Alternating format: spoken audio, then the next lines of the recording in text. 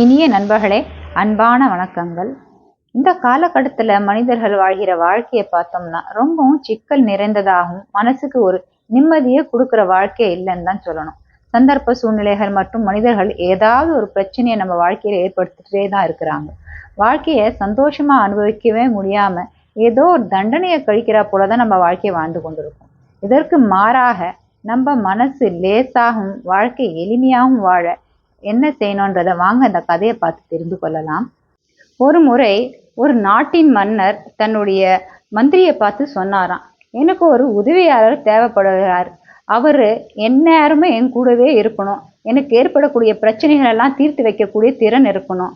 அவருடைய குணாதிசயங்கள்லாம் எப்படி இருக்க வேண்டும் என்றால், எப்பொழுதுமே மனதளவில் அமைதியா இருக்க வேண்டும், மிகுந்த பொறுமைசாலியாக இருக்கணும், சகிப்புத்தன்மை இருக்கணும்.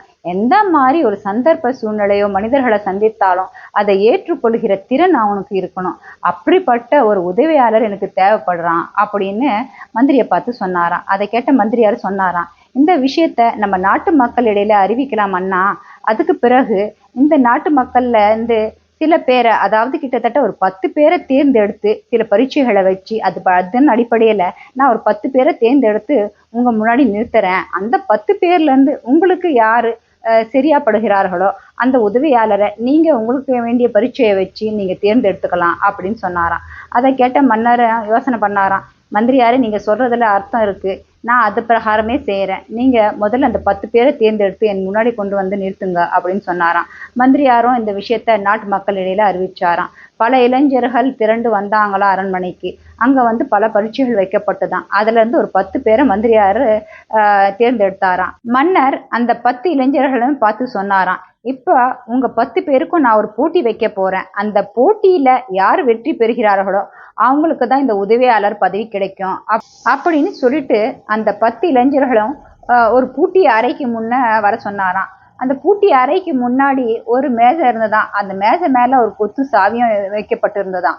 10 பேரையும் பார்த்து மன்னர் சொன்னாராம், இந்த அறையின் கதவை யாரால சாமர்த்தியமாக திறந்து உள்ள போக முடியுதோ அவங்களுக்கு தான் இந்த உதவியாளர் பதவி அப்படின்னு சொல்லிட்டு கொஞ்சம் தூரத்தில் போய் உக்காந்துக்கிட்டாராம்.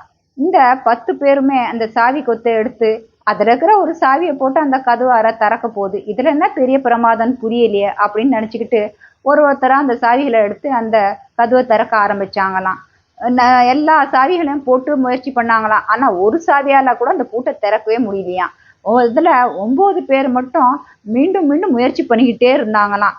ஆனா அந்த 10 இளைஞர்கள ஒரு நபர் மட்டும் ரொம்ப அமைதியாக உக்காந்துக்கிட்டு எல்லாத்தையும் ரொம்ப கவனமா கவனிச்சுக்கிட்டே இருந்தாராம். அவரு எந்த முயற்சியிலையும் ஈடுபடலையாம். அந்த 9 பேரை மட்டும் பார்த்துக்கிட்டே இருந்தாராம். அந்த 9 இளைஞர்களும் விடாமுயற்சியாக மீண்டும் மீண்டும் அதே சாவியை கொண்டு போய் அந்த பூட்டை திறக்கிறதுக்காக முயற்சி செய்து கொண்டே இருந்தார்களாம். ஒரு கட்டத்துல அவங்க கடும் கோபத்தாலையும் எரிச்சலாலையும் நிறந்து போனார்களாம். இந்த பூட்டுக்கு சரியில்லாத சாவியை நம்ம கையில கொடுத்துட்டு இந்த பூட்டை திறக்க சொன்னா இதுல என்ன அர்த்தம் இருக்கு, இது ஒரு அர்த்தமற்ற போட்டியா இல்ல இருக்கு அப்படின்னு புலம்ப ஆரம்பிச்சார்களாம். இதை கேட்ட அந்த 10வது வாலிபர் அதுக்கு பிறகுதான் எழுந்து அந்த மேஜை கிட்ட போனாராம். அந்த சாவிகள்லாம் எடுத்து உன்னிப்பா கவனிச்சு பார்த்தாராம். ஒரு முறை நம்மளும் இதை போட்டு திறந்து பார்க்கலாம் அப்படின்ட்டு ஒரு சாவியா ரொம்ப பொறுமையா போட்டு திறந்து பார்த்தாராம். ஆனா அவராலையும் அத்தனை சாவியும் பயன்படுத்தி அந்த பூட்டை திறக்கவே முடியலையாம். அமைதியாக அந்த சாவிகள்லாம் எடுத்து வந்து மேஜை மேல வச்சுட்டாராம். வைத்து விட்டு கொஞ்ச நேரம் அமைதியா யோசனை பண்ணி பார்த்தாராம். யோசனை பண்ணிட்டு மறுஷணமே அந்த கதவு கிட்ட போய் நின்னாராம். நின்றுட்டு அந்த கதவை அப்படியே திறந்தாராம். திறந்த உடனே அந்த கதவு திறந்துடுச்சான். ஏன்னு பார்த்தோம்னா அந்த அறையின் கதவுகளை பூட்டவே இல்லையாம், அதை சாதாரணமாக மூடி வைக்கப்பட்டிருந்ததாம். அதை அந்த இளைஞர் ரொம்ப அமைதியாக யோசனை பண்ணி அந்த கதவை திறந்த உடனே அந்த கதவு திறந்துடுச்சான். மற்ற 9 இளைஞர்களுக்கு இந்த கோணத்துல யோசிக்கவே முடியலையாம். ஏன்னா அவங்க அந்த சாவியை போட்டு அந்த கதவு திறக்கலன்னு உடனே அவங்களுடைய உள்ளமும் அவங்களுடைய மனசும் சூடாகி கோபத்தாலையும் எரிச்சலாலையும் ஆவேசத்தினாலையும் நிறைந்து போயிடுச்சான். அதனால அவங்களால வேற ஒரு கோணத்துல சிந்திக்கவே முடியலையாம். இதுக்கு வேற எதனா மாற்று வழி இருக்குமான்னு அவங்களால யோசிக்க முடியலையா, அதை அவங்க தேடவும் நினைக்கலையாம். எனவே நண்பர்களே, நாமும் நம்ம வாழ்க்கையில இப்படிதான் எந்த ஒரு சந்தர்ப்ப சூழ்நிலையை மற்றும் மனிதர்களால ஏற்படக்கூடிய பிரச்சனையை கண்ட உடனே அதனால வரக்கூடிய சிக்கல்களை பார்த்த உடனே நம்மளுடைய மனசுல இருக்க அமைதியை இழந்து விடுகிறோம். மனதை கோபம், ஆவேசம், எரிச்சல் மற்றும் கஷ்டத்தால நிரப்பி விடுகிறோம்.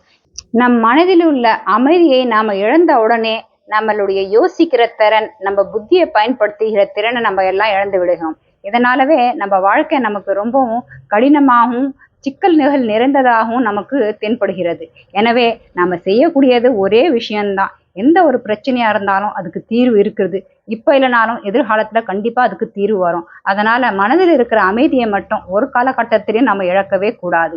வேண்டிய பொறுமை, சகிப்புத்தன்மை மற்றும் ஏற்றுக்கொள்ளும் தன்மையை நம்ம மனசுக்குள்ள நம்ம வளர்த்துக்கணும்னா, இந்த குணங்களெல்லாம் நம்ம எந்த அளவுக்கு நமக்குள்ள வளர்த்து கொண்டு வருகிறோமோ அந்த அளவுக்கு வாழ்க்கை நமக்கு மிகவும் எளிமையாகவும் சந்தோஷமாக இருக்கும். மீண்டும் ஒரு நல்ல கதையுடன் உங்களை சந்திக்கிறேன். அதுவரைக்கும் மகிழ்ச்சியாக இருங்கள். மற்றவர்களையும் மகிழ்ச்சியுடன் வைத்துக் கொள்ளுங்கள்.